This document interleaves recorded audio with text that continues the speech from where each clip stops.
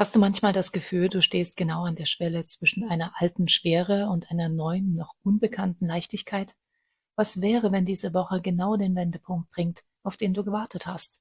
Weil gleich zwei große Planeten ihre Richtung ändern und die Liebe eine ganz neue, wilde Intensität erfährt. Willkommen zu einem neuen Astrological Reading als Seelenkompass für die kommende Woche. Egal, ob du gerade auf YouTube zuschaust oder unterwegs zuhörst auf einer Podcast-Plattform deiner Wahl, ich freue mich, dass du heute dabei bist. Mein Name ist Nicole, ich bin spirituelle Mentorin sowie Astrologin. Gemeinsam tauchen wir heute tiefer in die Welt der Astrologie, Selbstreflexion und Spiritualität. Wir treten in eine Woche ein, die sich anfühlt wie das tiefe Ausatmen nach einer langen Anstrengung. Die allgemeine Energie ist geprägt von einer spürbaren Vorwärtsbewegung. Nachdem wir vielleicht in den letzten Wochen innere Widerstände als Herausforderungen erlebt haben, dreht sich nun der Wind. Saturn, der Hüter der Zeit und des Karmas, und Merkur, der Bote des Verstandes, beenden ihre Rückläufigkeit. Das bedeutet, dass Strukturen wieder greifen und Klarheit in unsere Gedanken zurückkehrt. Doch das Herzstück diese Woche ist die Reise der Venus. Sie verbindet sich mit dem großen Glück des Jupiters, der Tiefe von Lilith und der Stabilität von Saturn, bevor sie am Sonntag in das weite, freie Zeichen des Schützen wechselt. Wir bewegen uns von einer Phase der inneren Prüfung hin zu einer Zeit der Manifestation und der gelebten Wahrheit. Es ist eine Woche, in der wir aufgefordert sind, Details genau zu betrachten, denn das Human Design Tor 9 aktiviert unser Potenzial, uns auf die wichtigsten Details zu fokussieren, die für den Erfolg nötig sind. Denk immer daran, die Astrologie zeigt Tendenzen und Potenziale. Du bist nicht das Opfer der Umstände, sondern ein bewusster Schöpfer, der mit den Energien des Universums tanzt. Wie stark du diese Energien spürst, hängt auch immer von deinem ganz persönlichen Geburtshoroskop ab. Lass uns nun die Schlüsselmomente der Woche genauer betrachten.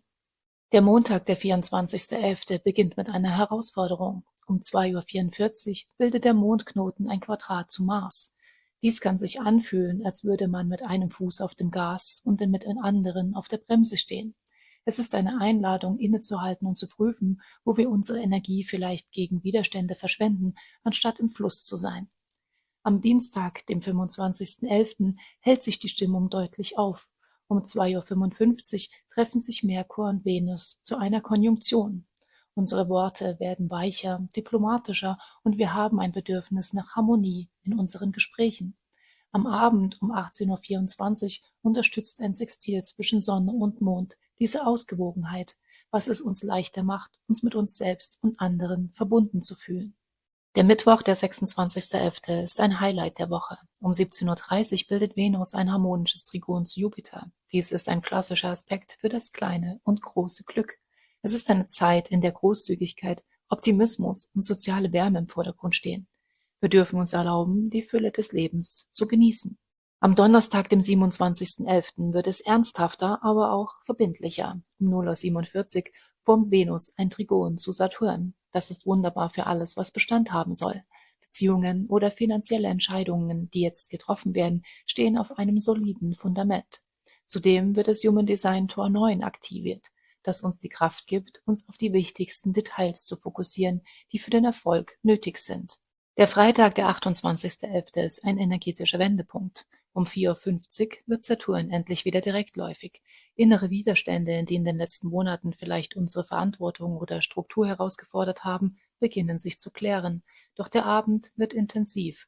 Um 22:22 Uhr trifft Lilith auf Venus. Hier begegnet die urweiblich ungezähmte Kraft der harmonischen Liebe. Es ist eine Einladung, authentisch zu unseren tiefsten Wünschen zu stehen und keine faulen Kompromisse mehr in der Liebe einzugehen.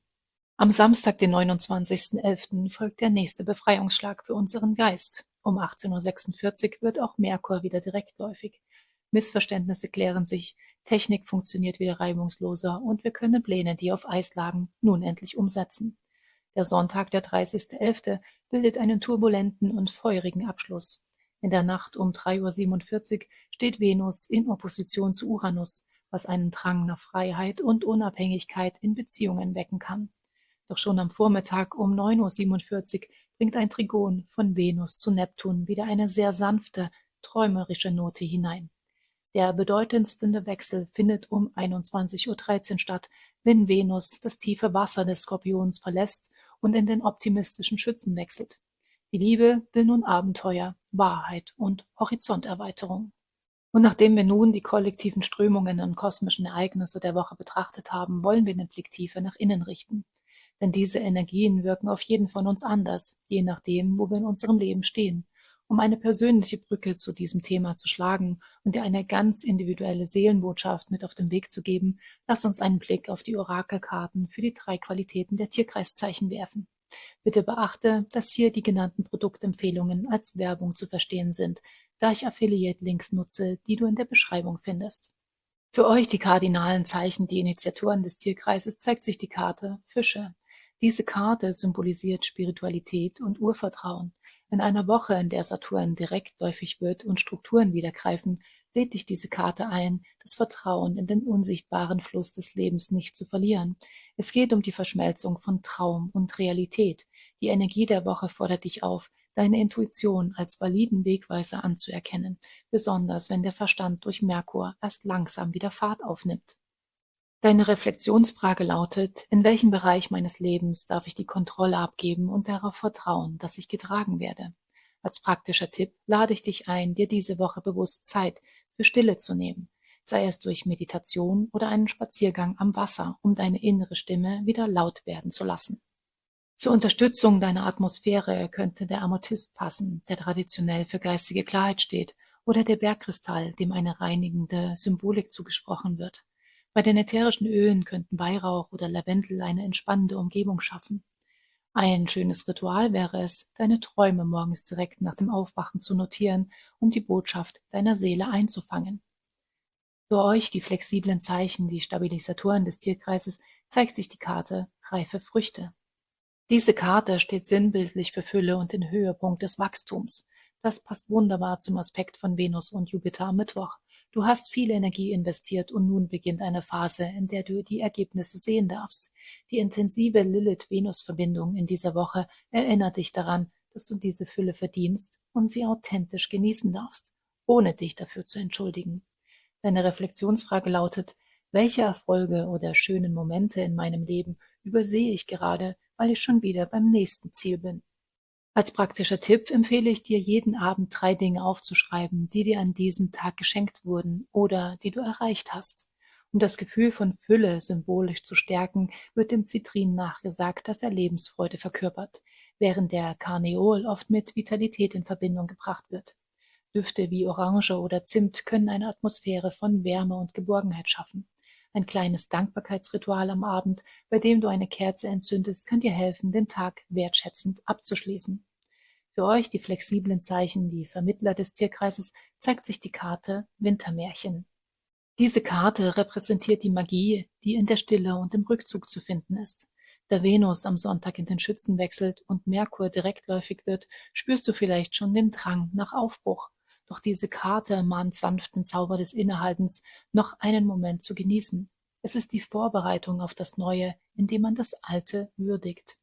Deine Reflexionsfrage lautet: Welchen Traum habe ich vielleicht vergessen, der jetzt in der Stille wieder gehört werden möchte?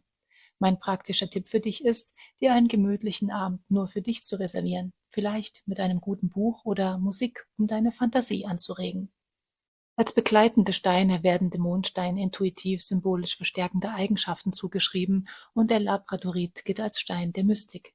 Ätherische Öle wie Fichte oder Zeder können den Duft eines Winterwaldes und damit Ruhe in dein Zuhause bringen. Ein Ritual könnte sein, einen Wunsch für die kommende Zeit auf einen Zettel zu schreiben und ihn unter dein Kopfkissen zu legen. Zusammenfassend ist diese Woche ein kraftvolles Scharnier zwischen der Tiefe des Herbstes und der Klarheit des kommenden Winters. Wir erleben, wie sich die Bremsen lösen, da Saturn und Merkur wieder vorwärts laufen. Die Liebe wird durch Venus, Jupiter und Lilith intensiv, großzügig und wild zugleich. Wir werden eingeladen, unsere Strukturen zu ordnen und dabei unser Herz weit für die Wunder des Lebens zu öffnen. Es ist der Moment, in dem wir uns aus den alten Höhlen schälen und bereit machen für die Expansion, die der Schütze-Einfluss am Ende der Woche verspricht. Ich danke dir, dass du deine Zeit mit mir geteilt hast. Wenn du tiefer in diese Themen eintauchen möchtest, abonniere gern meinen Kanal auf YouTube bzw. meinen Podcast und teile deine Gedanken in den Kommentaren. Alle Links zu den erwähnten Ressourcen findest du wie immer in der Beschreibung bzw. den Shownotes. Pass gut auf dich auf, sei sanft mit dir selbst und erinnere dich immer an deine innere Kraft. Bis zum nächsten Mal. Alles Liebe.